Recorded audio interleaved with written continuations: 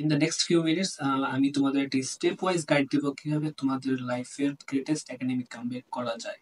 তুমি হয়তো এখন ভাবতেছো তুমি আগে কত ভালো স্টুডেন্ট ছিলা, কিভাবে অনেক ভালো পরীক্ষা দিতা, কিভাবে অনেক ভালো রেজাল্ট করতা, বাট এখন 1 ঘন্টাও পড়তে পারো না। এখন আমি তোমাদের একটি স্টেপ ওয়াইজ গাইড দেবো কিভাবে তুমি তোমার লাইফের গ্রেটেস্ট কামব্যাক করতে পারবা।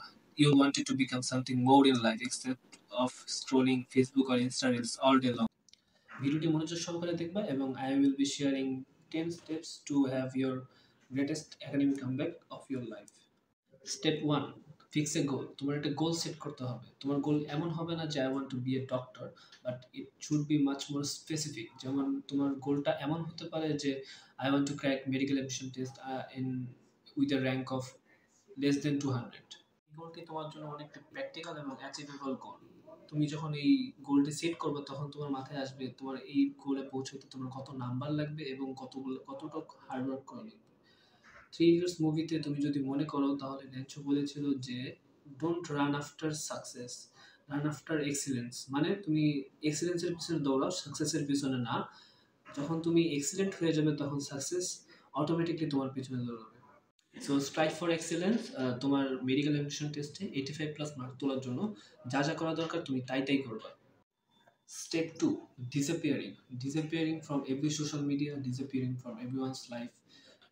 তুমি ট্রাস্ট করো আমাকে যে তুমি যত বেশি স্যাক্রিফাইস করবে জীবনের নিজের লাইফে, তত বেশি তুমি বেটার হতে থাকবা, তত বেশি তুমি এটার ফল পাবা।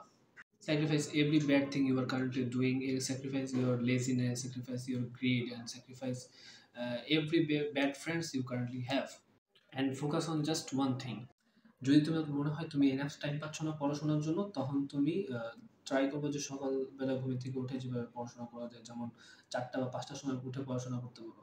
তোমার কোচিংয়ে বা কোনো প্রাইভেট থাকলে সেটা যাওয়ার আগ পর্যন্ত সকাল থেকে পড়াশোনা করবা। আর তারপরেও যদি তোমার মনে হয় তুমি পড়াশোনা করতে পারতেছো না বা টাইম পাচ্ছ না এনাফ, তখন কি করবা, তুমি চাইলে রাত্রে জেগে সারা রাত জেগে পড়াশোনা করতে পারো। তুমি যদি সব ছোটোখাটো স্যাক্রিফাইস না করো জীবনে, তাহলে তুমি কখনোই তোমার লাইফের গোল বা টার্গেট কখনো অ্যাচিভ করতে পারো। 3, নেভার ডিসকাস ইউর গোল। তুমি তোমার বন্ধু বান্ধব বা যে কোনো রিলেটিভের সাথে কখনোই তোমার গোল বা টার্গেট সম্পর্কে ডিসকাস করবো না। সেটা তো সবসময় তোমার নিজের মধ্যে রাখবা। কারণ কি, এর একটা সায়েন্টিফিক রিজন হলো, যখন তুমি তোমার গোল সম্পর্কে কাউকে বলো বা কাউকে জানাও যে তুমি এটা করতে চাও, তখন তোমার ব্রেনের ভিতরে ডোপামিন রিলিজ হয়। যে ডোপামিন তোমাকে কে অনুভূত করে যে তুমি সেই গোলটা বা সেই টার্গেটটা অ্যাচিভ করে ফেলছো। এই যখন এই আনন্দ অনুভবটা হবে, তখনই তোমার ডাউনফল শুরু হয়ে যায়। So don't tell people what you gonna do it, then show them what you have done. Step 4, work. According to Newton's third law, প্রত্যেক ক্রিয়ারই একটি সমান ও বিপরীত প্রতিক্রিয়া রয়েছে। যখন তুমি তোমার লাইফে অনেকগুলো স্যাক্রিফাইস করবা, তখন সেই স্যাক্রিফাইসগুলো তোমার প্রতিক্রিয়া হিসেবে তোমার মেডিকেলের চান্স নিশ্চিত করবে। এবং যখন তুমি হার্ডওয়ার্ক করবা, তখনই শুধুমাত্র তোমার সেটার ফল তুমি অনুভূত করতে পারবে। তোমার হয়তো মনে হতে পারে তুমি হার্ডওয়ার্ক করতেছো, তুমি অনেক পড়াশোনা করতেছো, বাট আসলে কি তুমি পড়াশোনা করতেছো? না। কারণ মোস্ট অফ দ্য স্টুডেন্টস কি করে যে টিউশনে যায়, টিউশনে এসে চিল করে বা খাওয়া দাওয়া করার পর পড়তে বসে, কয়েকটা প্রশ্ন সলভ করে, দেন দেন ঘুমানোর টাইম হলে ঘুমিয়ে যায়। But it's not hard work, it's just normal way of living. তুমি যখন কোনো এক্সট্রাঅর্ডিনারি কিছু অ্যাচিভ করতে চাবা, তখন তোমার এক্সট্রাঅর্ডিনারি স্যাক্রিফাইস করতে হবে, এক্সট্রাঅর্ডিনারি হার্ড ওয়ার্ক দেখাইতে হবে। Step 5, cut off negative people from your life. তোমাকে যারা সবসময় নেগেটিভ চিন্তা ভাবনা তোমার মধ্যে ঢুকায় বা তোমাকে নেগেটিভ ভাইব দেয়, তখন সেসব মানুষদের তুমি দূরে থাকবা। Always keep around people who genuinely wants you to succeed or genuinely wants your success in your life. তোমার হয়তো কষ্ট হতে পারে যে তুমি কিছু তোমার বন্ধু হারাচ্ছ বা তোমার জীবন থেকে কয়েকটা মানুষ হারিয়ে যাচ্ছে, বাট তুমি ট্রাস্ট মি, বাট তোমার মনে হবে লং টার্মে যে তুমি আসলে একটি ভালো ডিসিশন নিয়েছিলা। এবং তোমার যদি কোনো ফ্রেন্ড তোমাকে বলে যে চলো বাইরে যাই বা ঘুরতে যাই, এডমিশন টাইমে তোমাকে বলবে যে চলো আমরা চিল করি বা পার্টি করি বা স্মোক করি, এই সেই, they are not right person for your life. Step 6, reduce your dopamine release. যখন তুমি তোমার কোনো আনন্দিত কোনো কাজ করো যেগুলো তোমাকে করতে ভালো লাগে, তখনই তোমার ব্রেনে যে আনন্দ অনুভূতটা যে করে, সেই মলিকুলটাই হলো ডোপামিন।